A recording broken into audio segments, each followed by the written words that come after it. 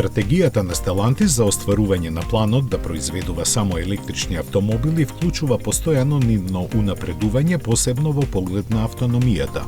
Методично освежувајќи ја гамата на своите брендови, сега и Opel Mokka го доби новиот енергетски пакет од Peugeot 308 и кој вклучува батерии од 54 киловат-часа.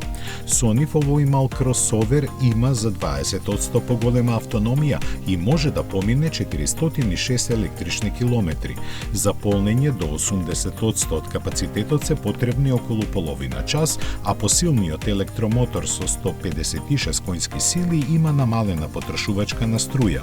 Со него Mokka Electric, како што сега се вика, забрзува до 100 км на час за помалку од 10 секунди, а максималната брзина е ограничена на 150. Opel посебно е горд на фактот дека електричната верзија на Mokka во моментов во Германија учествува со 2/3 во вкупната продажба на моделот.